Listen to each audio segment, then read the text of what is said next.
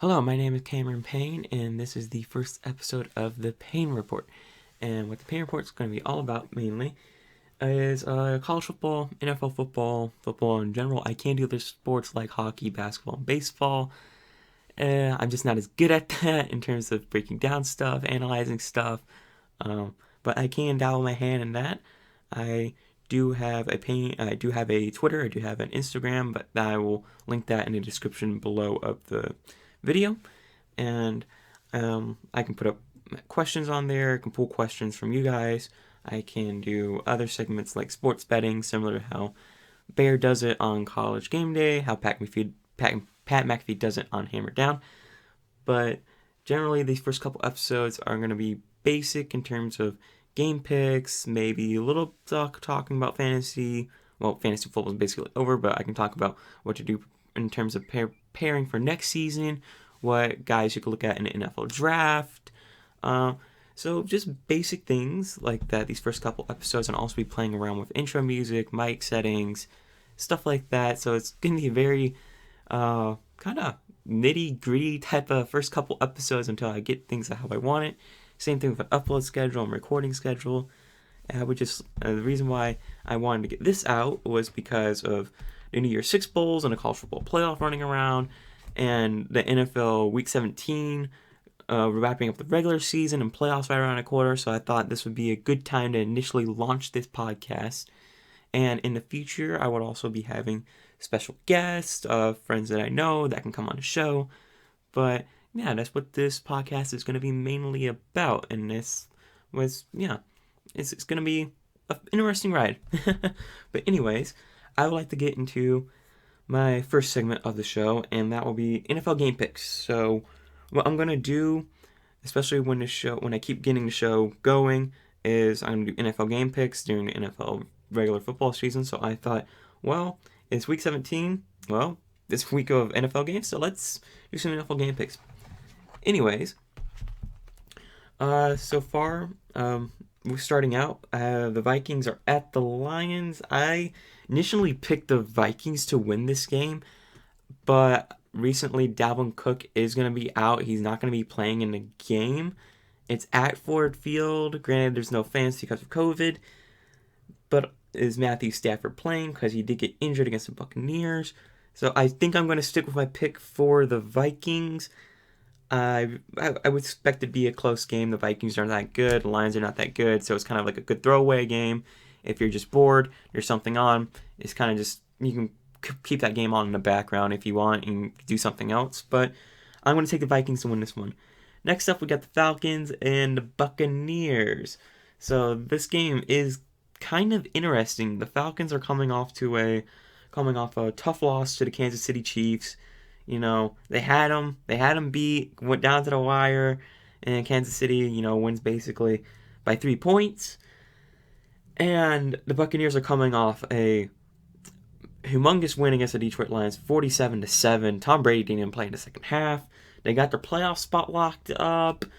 I don't know if Bruce Arians is gonna rest some guys. I feel like I feel like they're gonna have starters play like the first couple series. But I'm picking the Buccaneers to win because I think they would want to finish strong going into the playoffs with 2-win streak going into the playoffs, and they also want to keep that 4 spot locked up the 5 spot locked up because they'll be playing the 4 seed in the playoffs, which is likely going to be an NFC East team, and so that'll be easier first round wild card matchup. Probably win that game. So I would expect them to try and win this game. Not by a lot. Probably say the final score would be like 24-13 Buccaneers, something like that. But the Bucs are my pick for this game. And next we have the New York Jets at the New England Patriots. This one I really don't know who to pick because the Jets are coming off of 2 wins. Yeah, who knew the Jets would have a 2-win streak? But anyway, they beat not the Chargers. They beat the Rams, and then they beat the Cleveland Browns, 2 very good teams. And I just don't know. I just can't trust them to beat the Patriots. It's not the same old Patriots, but also, Cam Newton's kind of auditioning next seasons for other teams. I really don't see him coming back in a Patriots uniform, but I think the Patriots will come out and win this. It would be a good thing for Bill Belichick to kind of end the season off of. I mean, they're not in the playoffs, so going out, ending the season out with a win would be good for them to go into the off season. And the Jets should probably try to throw this game in terms of draft positioning, because I think if they win one more, they hurt their draft positionings. They could lose that number 2 pick. But yeah, I picked the Patriots to win this game. Probably around 27 to 21, 27, 19, something like that. Next up, we got the Dolphins at the Bills. Now, this is very intriguing because the Bills, they don't have the 2 seed locked up, but the 2 seed and 3, it doesn't matter if you're really the 2 seed or 3 seed in this year's playoffs, because you're not going to have that first round bye if you're a 2 seed this year. The Dolphins are fighting for their playoff lives. The Dolphins need to win this game, and so they can stay in the playoffs, because if they lose this game, Indianapolis wins and Tennessee wins, and they're out of the playoffs. So I really don't know if the Bills players are going to be like, all want to go out there, let's win this game, go into, well, there's no first round bye, so I think the Bills probably, have their starters playing. I don't know if Sean McDermott will pull them at some point in the game to prevent injury, because they have their playoff spot locked up. They won the AFC East. So I'm gonna pick the Dolphins. I'm hesitantly picking the Dolphins mainly because of the play of the rookie quarterback Tua Tagovailoa. Tua Tagovailoa, good quarterback. I disagreed with him playing this year at all. I wanted him to sit, just learn behind Ryan Fitzpatrick, get healthy, and just kind of take this as like a redshirt year, how Patrick Mahomes basically took his rookie season. But for whatever reason, the Dolphins didn't do that. I guess they were win now, let's make the playoffs. Okay, I like it. I like the aggressiveness, but also I kind of disagree with it. But that's also interesting. But I do pick the Dolphins to win this, even though Tua is starting the game. Likely, if the Tua does struggle, they'll put in Ryan Fitzpatrick, and everyone knows how Ryan Fitzpatrick is. He comes in, he pulls some magic, and they will probably win this game. I think it'll be a close one, or it would be close until like third quarter, and McDermott's like, okay, we got our playoff spot locked up, let's just start pulling starters.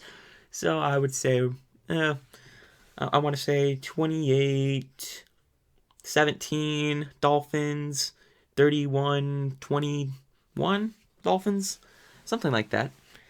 And next we have the Steelers at the Browns. Now this is very interesting. The Steelers, it's kind of same situation with the Buffalo Bills. I mean, they got their playoff spot locked up. The Steelers head coach, I can't remember his name at the moment. Yeah, but he said that. Well, Mike Tomlin said that the Steelers were gonna, that they were gonna pull some guys. They didn't say what guys, because in terms of probably strategy wise, so they don't give the Browns a heads up. But I mean, if they're pulling guys, I mean, Ben Roethlisberger is probably not going to play this game. I would expect Mason Rudolph to come in. But the Browns are so COVID-ridden right now. I mean, they didn't have their top 4 receivers against the Jets. That's likely why they lost the game. This is how they really lost the game against the Jets, is that Baker Mayfield threw the ball 51 times.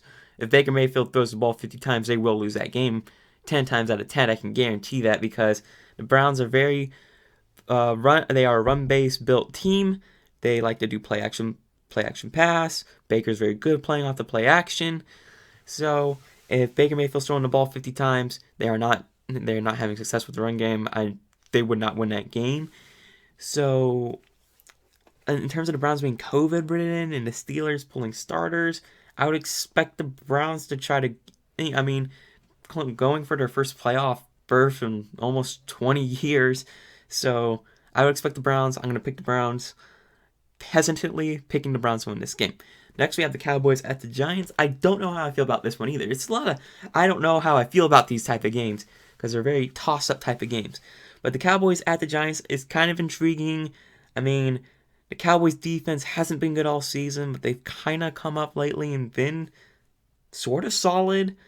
They were solid against Jalen Hurts and the Eagles a couple weeks ago. So with the Giants coming off a loss to Baltimore, They basically were dominated in that game.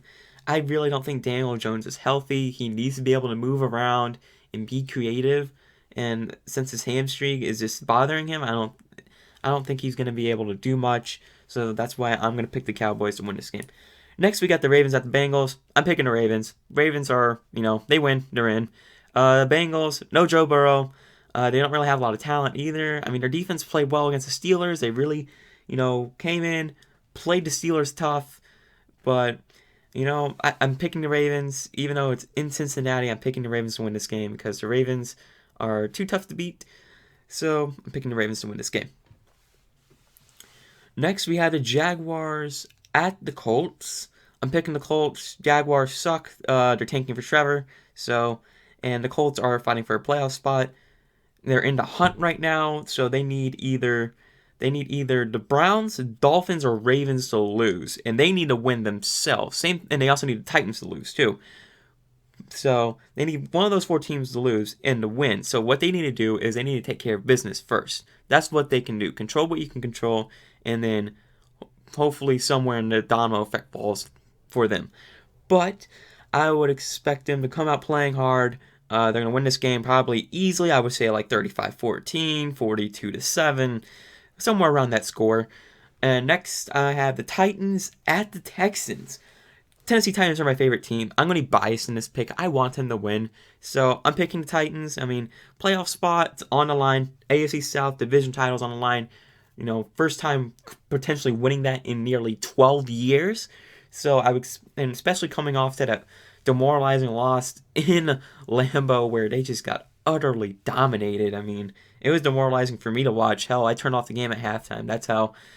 I didn't turn off at halftime. I turned it off midway through the third quarter. I was like, it felt like the refs just weren't calling. The refs in that game were terrible, by the way. But Tennessee, I mean, even with the refs, they didn't look like they wanted to be in Lambeau. So, but they need to come out, play good, run the ball with Derrick Henry. He needs around 233 yards to get 2,000. So I would expect them to, you know what, let's get back to our roots. Let's run the ball, get full steam ahead, head into playoffs like they did last year, and let's see if we can get some magic done again. So I'm picking the Titans to win this game. Next, we have the Cardinals at the Rams. The Rams have a playoff spot. I don't know if they have a playoff spot. I can't remember if they clinched or not. But they're 9-6, and the Cardinals are in the hunt, fighting for their playoff lives. I generally pick the teams that fight for their playoff lives because, this is essentially a playoff game for them. If they don't win, they're not in, and the Cardinals do need to win this game because if the Bears win, the Cardinals are out, but if the Bears lose and the Cardinals win, then they're in. So the Cardinals cannot afford to lose this game. Even if they do lose this game and the Bears lose, the Bears will get that spot. So I think the Cardinals are going to give the Rams fits. They're going to do all they can to win this game. So I'm picking the Cardinals to win this game. Next, we have the Saints at the Panthers. The Saints are fighting for the number 1 seed in the playoffs right now in the NFC. I want to seed. It's in Carolina. The weather could be dicey, but in terms of Carolina weather in the winter, it's just going to be rainy. But they have a good running game with Alvin Kamara. I mean, he scored 6 touchdowns. Granted, he only had one big run against the Minnesota Vikings. It was a 41-yard touchdown.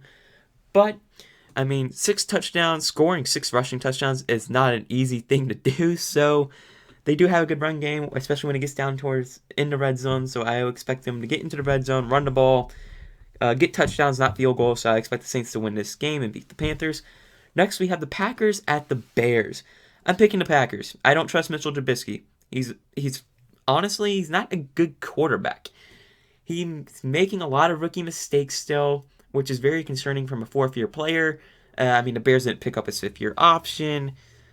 But, this is probably one of the biggest games of his career outside of that one playoff game he had against the Philadelphia Eagles a couple years ago. So this could be a make-or-break game for Mitchell Trubisky, and I don't trust him to show up. I really don't.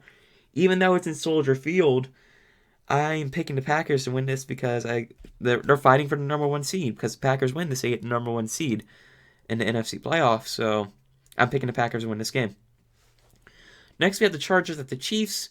Chiefs wrapped up everything basically. I mean, they got the bye, uh, they got the number one seed. The Chiefs got home field advantage, so I would expect them to rest some starters. I would say Patrick Mahomes is probably gonna play at max 3 series, like 3 drives. I expect no more than 3 drives out of Patrick Mahomes. I really don't.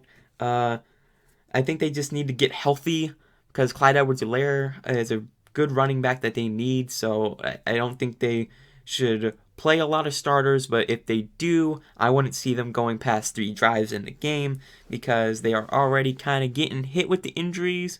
And you don't want to get hit with injuries going into the playoffs. So I expect them to take no chances there.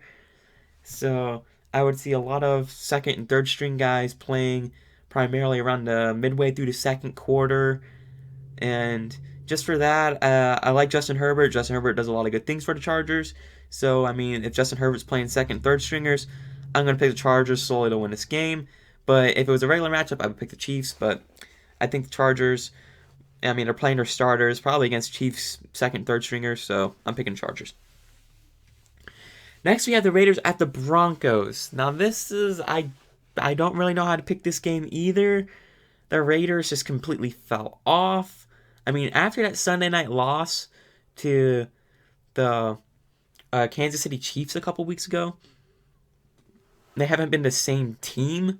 They haven't. I mean, they were never really good on defense, but I mean, to hold the Chiefs to like 20, I think it was 28 points or something like that, was a good thing to do. And just since that game, they haven't done well. Their offense, Derek Carr just doesn't look good and confident like he did in that game right now. And honestly, if it were up to me last week, I would have started Marcus Mariota because it looked like Marcus Mariota was. I mean, that Chargers Thursday night game, he was going off. So I think there's a little bit of quarterback controversy there too. So, but the Broncos, they're not really good either. And Drew Lock, he's kind of regressed a little, which is a given because he didn't have a full offseason because of COVID. And, he didn't get to work with Jerry Jeudy. You didn't really get to work with KJ Hamler and Cortland Sutton as much as you would want your rookie quarterback going into his second season like you would. So I think not being able to have the offseason kind of hindered his second year and he regressed a little. And I think, he wants to prove that he is the guy, and I think for him to do that, he needs to throw at least 2 or 3 touchdown passes, avoid turning the ball over. But I'm just going to take the Raiders here, even though I think it would be good for them to get this win going into the offseason because they didn't make the playoffs. They're out. So I'm picking the Raiders to win this game. And the last game of the week, we have the Washington football team at the Philadelphia Eagles. Now, recently, the Washington football team released Dwayne Haskins, their former first-round pick from Ohio State. I agree with the move. I honestly do. Dwayne Haskins was immature. He was going out, not wearing a mask, and that is very dangerous considering Ron Rivera. He's battling cancer, and people who are battling cancer are more susceptible to COVID. So the fact that he wasn't wearing a mask, he could have putting not only his teammates at risk, but putting the health of his head coach at risk too. Shows immaturity. I mean, he was bragging about a 300-yard passing game when they lost. He's just immature, and I think this is going to be an eye-opening thing for him. I want to see him do well because I don't want to see any quarterback or any player for that matter get released just based on immaturity because it really sucks. I mean, he didn't have an off season going into his second season, and he actually showed promise at the beginning of the year, but he just was immature, wasn't really a leader on the team. I mean, going into last week's game, he was stripped of the captaincy, and now he was released. So I think it's going to be like a humbling experience for him. But to get back on topic of the game, I mean, Alex Smith should be back in this game. If Alex Smith is playing this game, I'm picking the Washington football team. I think they would be more motivated to win this game because they would get into the playoffs. Because they need to win. If the Cowboys beat if the Giants win and the Washington football team loses, I think the Giants would get the playoff spot then. But with that said, I think the Washington football team is going to go into Week 17. I think Ron Rivera is going to say, "Hey, I've been in this situation before. Let's go. Let's go win this game, get into the playoffs, and then once you're in the playoffs, everyone's record's the same. You start out 0-0. Let's go at it." So I think that's the mentality he's been preaching to his team all this week, despite all the distractions with the quarterback situation. In terms of the Eagles, I like Jalen Hurts. I Jalen Hurts is a weird quarterback. He can play good when called. We saw a lot of this in college. In the clutch moment, primarily that Mississippi State game Alabama had, it comes back to mind when he threw a clutch touchdown pass to Calvin Ridley over the middle on a slant. But he's just not a passer. He's just he takes off more. He relies on his legs more than he does his arm, and I just don't really trust him as a quarterback per se yet. I mean, it's the NFL. He's working with Doug Peterson, so I think once he has an offseason, he could do well. And that's another thing too, the quarterback controversy there with Carson Wentz. So I like the Washington football team better. All right, that was my Week 17 game picks. And I'm just going to do one more segment before ending to this first episode out. But if you like the show so far, let me know in the comments. Comment on my Twitter, comment on my Instagram. If you got any questions you want me to answer, I can do a Q&A episode. Also hit the like and subscribe button. And yeah, I hope you're liking the podcast so far. But anyways, my next segment is the New Year's Six Bowls of the college football season. And boy, we have some good New Year's Six Bowls this year. I mean, I was looking at the slate for these games, trying to figure out who I was going to pick. And I really, outside of the college football playoff semifinal games, I had a hard time picking these games. So it's very interesting. First up in the Cotton Bowl, you have Oklahoma versus Florida. Now this is very intriguing. You got two really potent offenses in Oklahoma and Florida, and two defenses. I mean, Oklahoma's a Big 12 defense. Okay, they're not gonna play defense. I don't care what people say about how improved their defense is. They play in the Big 12. They're gonna give up like 40 points. That's how you play in the Big 12. But they do have an interesting pass rush. They can get to the quarterback. They can sack the quarterback. So that would be interesting for Florida's offensive line to battle. But what ultimately came down to this game was the fact that Kyle Pitts, Kadarius Toney, and Trayvon Grimes are all skipping the bowl game for the NFL draft. And I think that hurts Florida. I mean, those three guys accounted for 31 touchdowns from Kyle Trask. So, that being said, I think that not having those weapons there for Kyle Trask, yes, Kyle Trask is going to put up his numbers. Kyle Trask is a good quarterback. He's a good college quarterback. He's going to put up his numbers. But the fact that he doesn't have his top three guys is going to show in terms of things like chemistry. Like Florida has athletes. The University of Florida will always have athletes based on where their recruiting base is. But in terms of chemistry-wise with the receivers, there's going to be some trouble at the beginning part of the game. And I think where Oklahoma can take advantage with their pass rush, maybe try to bait Trask into some throws, hurry some throws. I think they're going to get their hands on those young receivers fast too. So I'm going to pick Oklahoma to win this game ultimately. I'm going to say the final score will be around 42-38, 42-35, 45-38, Oklahoma. And next up is the Chick-fil-A Peach Bowl. Now this is an interesting matchup. You got Georgia, two-loss Georgia team coming in facing an undefeated Cincinnati team. And Cincinnati, I believe they feel disrespected by the College Football Playoff Committee. But I agree with the College Football Playoff Committee, and this is why. They played a weak schedule, okay? Everyone says the group of five has no chance of making a college football playoff. I thoroughly disbelieve that. I mean, Houston had a shot to make it a couple years ago, but then they blew it by losing the three teams on their schedule when they beat teams like Oklahoma and Louisville on their schedule when they were when Oklahoma was ranked number 3, they beat them. Louisville was number 3, they beat them. And so, but they just couldn't take care of business against the other team. So, I mean, if they ran their schedule, they would have been in the playoff, but they didn't. So, And the fact that saying, hey, a group of five team like a Cincinnati can't get into the playoff is complete hogwash. And the reason why they're not in the playoff this year is because, honestly, they didn't play a good schedule. I mean, and the fact that Tulsa gave them trouble in their championship game is concerning. That is very concerning to me. So I agree with the college football playoff committee by not feeding them to Alabama, because everyone knows if Cincinnati was fed to Alabama, Alabama would have dropped 50 on them, and it would not have been a game.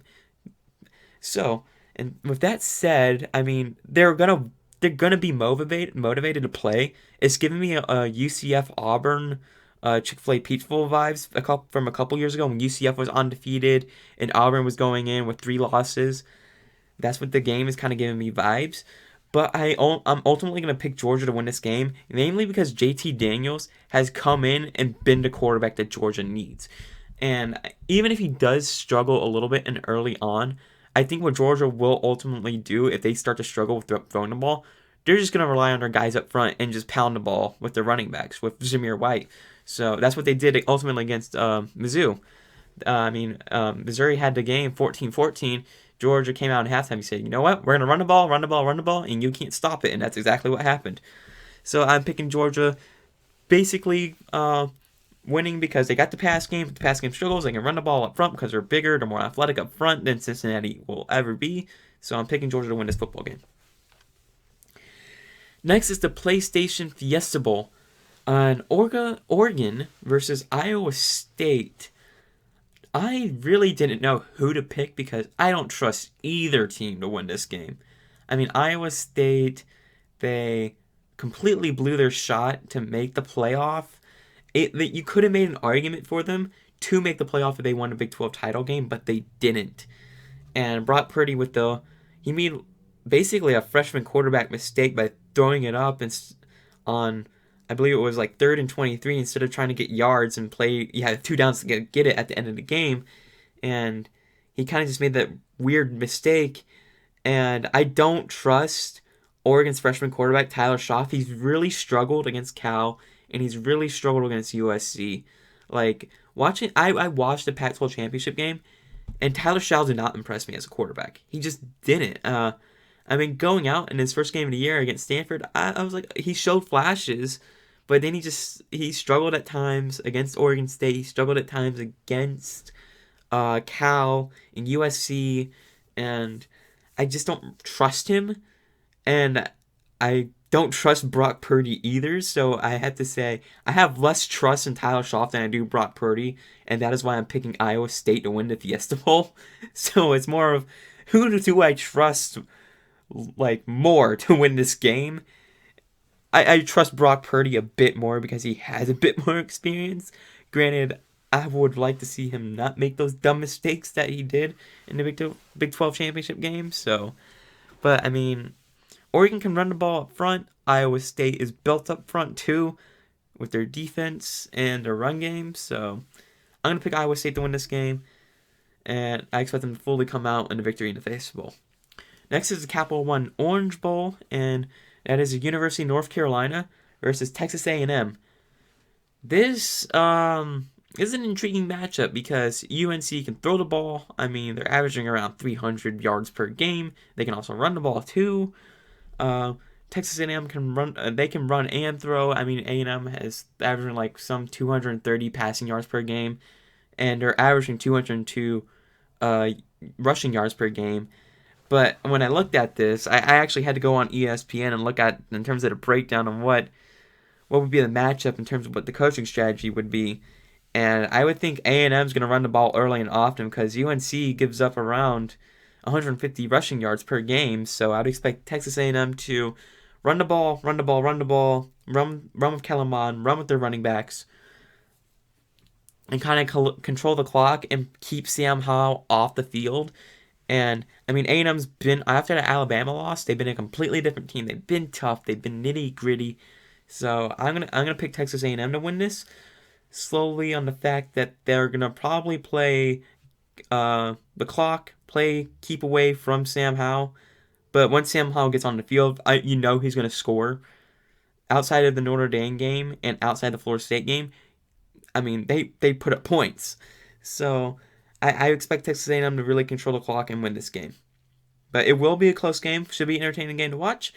And with that said, I would say around 40. I'm going to say 49-45 Texas A&M. So that's my pick for that game. Next is the Rose Bowl. And this is where we get into the college football semifinal. The first one is Notre Dame versus Alabama. This is going to be a beatdown, okay? I don't care what people say. Honestly, whatever, I believe it's Alabama's a 19.5 point favorite. I would hammer that. I will literally hammer that spread because Notre Dame, they cannot handle Alabama's athleticism. It's going to be a beatdown. I honestly think it's going to be a beatdown. The fact that Notre Dame, I mean, they went into the ACC title game and they got trounced by Clemson, and I knew that was going to happen. I heard a lot in the media, in the sports national media, saying that Notre Dame could keep this game close. It can be a close game. I really didn't believe that because in that first matchup you watched with Clemson, there was no Trevor Lawrence. And then they had, I believe, 7 of 11 missing defensive starters, too. That really is a difference maker. And they had the game at home in South Bend. So, I mean, and when I saw that, I was like, I don't know what people are seeing. This is Notre Dame is going to get blown out by Clemson. And that's what happened. They got blown out. And I don't expect Notre Dame did not deserve to be in a college football playoff after that ACC championship performance. So the fact that the committee put them in really surprised me here. So, I mean, Alabama's going to beat them down. I'm going to say it's probably going to be 52 or 59 to like 52, 59 to 20. Honestly. And the only reason why I see Notre Dame getting 20 points is because of garbage time. I mean, Alabama's defense is not as good as it was in terms of years past, but Notre Dame, they just don't match up well athletically with Alabama. Alabama has too much speed, too much athleticism. You could argue that Alabama is also bigger up front on the offensive line against Notre Dame's defensive line. I wouldn't say offensive line. I say they're around the same size for Notre Dame because Notre Dame has a pretty good offensive line, but I don't think they'll be able to handle Alabama's pass rush. Their secondary is athletic. I think they will cover. And another thing, Notre Dame doesn't have really athletic receivers. They have a lot of big and tall physical receivers, but they're not athletic. So they can challenge the bump and run coverage on the outside that Alabama loves to play, but when you don't have that deep threat down the field, it's just Alabama's just not going to respect you, and they're just going to sit down on those routes and really put their safeties in cover too, and tell them to be ball hawks, and that's what's going to happen. So anyway, I said pick Alabama big in this game. I see Alabama winning big. And next is the Ohio State. It is the All-State Sugar Bowl, which Ohio State is playing in, and they are playing Clemson. I'm a bit biased here. I like Clemson. I like Clemson as I love Trevor Lawrence as a quarterback. He's the best quarterback since Andrew Luck coming out of college, and I'm picking Clemson to win this game. Mainly it's because of what I've seen of Ohio State this year. I watched 2 games of theirs, mainly because I was intrigued to watch them in, and I wanted to see how Justin Fields would play in those games. 2 biggest games they had was against Indiana, and they were both undefeated going to those games. They were, basically essentially fighting for the Big Ten East title right there. So whoever won that game will go on to the Big Ten championship likely, and Ohio State did win this game. But what caught me off guard is that they were up 35-7 midway through the third quarter, or beginning of the third quarter. Indiana came back, and they actually had a chance to go tie the game. And the final score, I believe, was 42-35 Ohio State. But the fact that Indiana came back in a half against Ohio State shows that their defense is not what it was compared to last year. Their pass rush is not as good. Their corners are likely getting burnt more, too. So they're not as stout outside with their cornerbacks in the secondary, and their pass rush is not as lethal. So that really concerned me. And Justin Fields struggled in that game. I believe he threw 2 interceptions or 2 or 3 interceptions. And he got baited into throws, and that's not what you want to see in terms of a quarterback trying to challenge Trevor Lawrence for that #1 pick in the NFL draft. And the same thing with the Northwestern game. Justin Fields struggled again.